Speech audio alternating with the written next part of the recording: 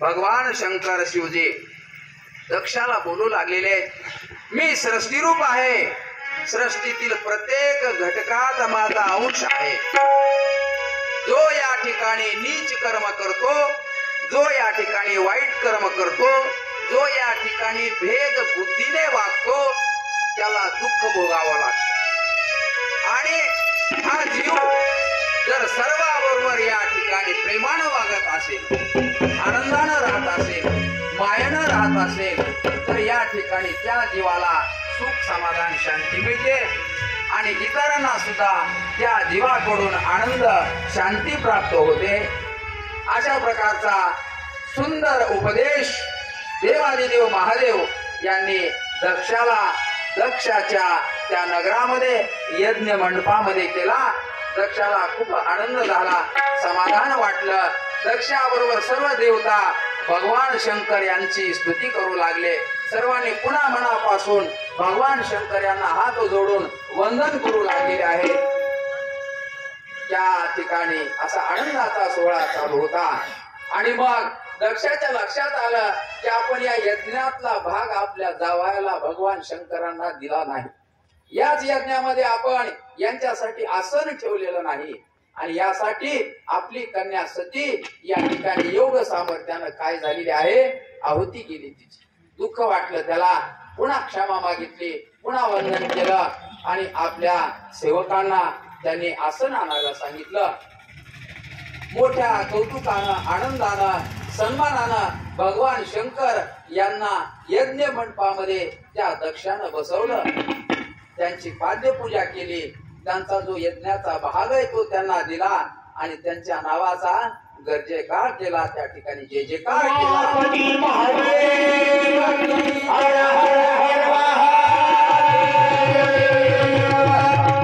भगवान शंकर म्हणाले की ऋषीमुनींनो, हा अपूर्ण राहिलेला यज्ञ काय करा, पूर्ण करा. पुन्हा त्या ठिकाणी वेद उच्चारले गेले, मंत्र उच्चारले गेले, ऋषा त्या ठिकाणी उच्चारले गेल्या आणि पुन्हा त्या ठिकाणी पूजा झाली, अर्चा झाली, वेद ब्राह्मण देव सगळे आले आणि दक्षाचा यज्ञ त्या ठिकाणी भगवान शंकर यांच्या साक्षीनं डोळ्यासमोर पूर्ण झाला.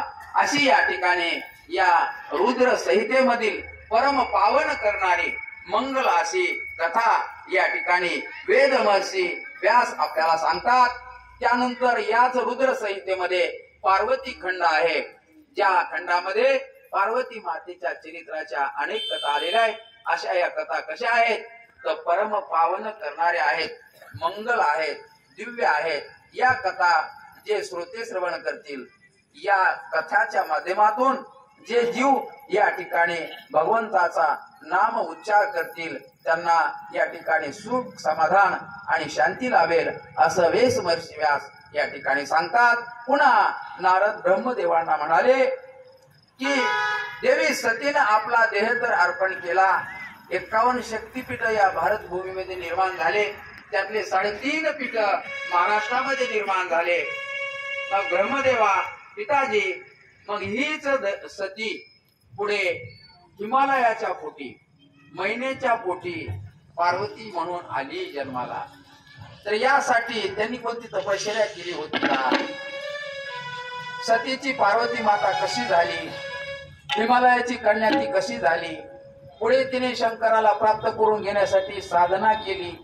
ती साधना कोणती केली, कुठं केली, ही साधना करण्यासाठी तिला कोणी सांगितलं, आदी प्रश्न नारदाने आपले पिता श्री ब्रह्मदेव यांना सांगितले, विचारले. तेव्हा ब्रह्मदेव म्हणू लागले की सती पूर्वी शंकराबरोबर हिमालयावर क्रीडा करत होती आणि त्या ठिकाणी हिमालयाची पत्नी जी आहे मेनका, या मेनकेनं तिला आपलं मुलगी मानलेला आहे. सतीनं यज्ञ मंडपामध्ये देह त्याग केला, परंतु या हिमालय आणि मेनकानं शिवजींची काय केली होती, भक्ती केली होती, उपासना केली होती, तपसाधना केली होती आणि शिवजींनीच प्रसन्न होऊन त्यांना वर दिला होता की लवकरच तुम्हाला कन्या प्राप्त होणार. अनेक दिवस त्यांना अपत्य नव्हतं, अनेक दिवस त्यांना पुत्र प्राप्ती नव्हती आणि कन्याही नव्हती. म्हणून ते शिवजीची काय करत होते, तपसाधना करत होते, भक्ती करत होते. शिवजी प्रसन्न झाले आणि म्हणाले, लवकरच तुमच्या पोटी सुंदर अशा प्रकारची एक कन्या काय होणार आहे, जन्म घेणार आहे. आणि ती वेळ जवळ आलेली आहे. सर्व देवता विचार करू लागले की आता पार्वती माता या नावानं महिनेच्या आणि हिमालयाच्या पोटी या सती मातेनच जन्म घेवा. सती माता म्हणजे कोण आहे? आदिशक्ती आहे, आदि माया आहे, योगेश्वरी आहे, लक्ष्मी आहे, त्याचबरोबर काय आहे, माऊची देवी आहे. नाव अनंत आहे, स्थळ वेगवेगळे आहेत, परंतु शक्तीपीठ जरी वेगवेगळे, नाव जरी वेगवेगळे असले तरी शक्ती काय आहे, आदिमाया आहे, आदिशक्ती आहे. मग सर्व देवांना प्रश्न पडला की आपल्याला तर असुर या ठिकाणी जीवन जगू देत नाही. सतत असुर काय करतात, ब्रह्मलोकावर आक्रमण करतात, विष्णू लोकावर आक्रमण करतात, इंद्र देवताला त्रास देतात. मग काय करावं? सर्व देवतांनी विचार केला आणि भगवान विष्णू यांच्याकडे आले आणि म्हणाले, अहो त्या तारकासुरानं किती धुमाकूळ घातलाय, किती ऋषी मुनींच्या हत्या केल्या, किती ब्राह्मण स्त्रियांना त्यांनी काय केलेले या ठिकाणी कलंकित केलेला आहे. कुठलाही यज्ञ होऊ देत नाही तो तारकासुर. कसा आम्ही जीवन जगायचं, कसा धर्म या ठिकाणी राहणार, कसा धर्म वाढणार, आमच्या मुलाबाळांचं काय होणार? भगवान विष्णू, आपण याचा विचार करा. आम्हाला झोप येत नाही, आम्हाला संरक्षण नाही, याचा तुम्ही काहीतरी बंदोबस्त करा. असं म्हणून सर्व देवतांनी काय केला, भगवान विष्णू यांच्या ब्रह्मलोकावर त्या ठिकाणी काय केलेलं, धडक मोर्चा काढला. भगवान विष्णूंनी विचार केला की बरोबर आहे, या तारकासुराच्या अन्यायाखाली, अत्याचाराखाली ही सर्व जनता काय झालेली आहे, पीडित झालेली आहे. तेव्हा भगवान विष्णूंनी सर्वांना शांत केलं. म्हणाले, देवादिदेव महादेव यावर नक्कीच विचार करतील, मी त्यांची भेट घेतो, नक्कीच आपल्याला ते मदत करतील.